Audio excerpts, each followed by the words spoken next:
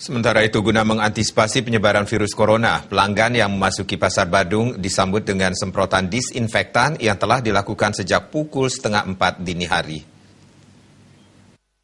Pasar Badung Hendrawan mengaku merasa aman dan tidak khawatir dengan adanya penyemprotan disinfektan tersebut karena sebelumnya diakui ada rasa was-was akibat pandemik virus corona.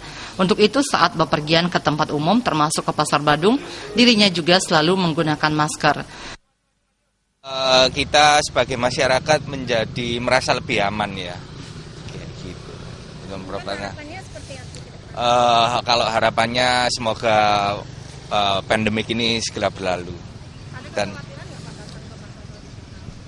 sebetulnya sih ada, makanya kita prepare masker. Kita harus tetap berjaga-jaga lah, ya. Sebelumnya penyemprotan masih dilakukan secara manual. Akan tetapi hari berikutnya akan mendapatkan bantuan berupa alat spraying chamber yang saat pelanggan memasuki ruangan itu otomatis keluar uap yang berisi obat yang hanya memakan waktu cuma 3 detik. Ngurah Wira, Bali TV.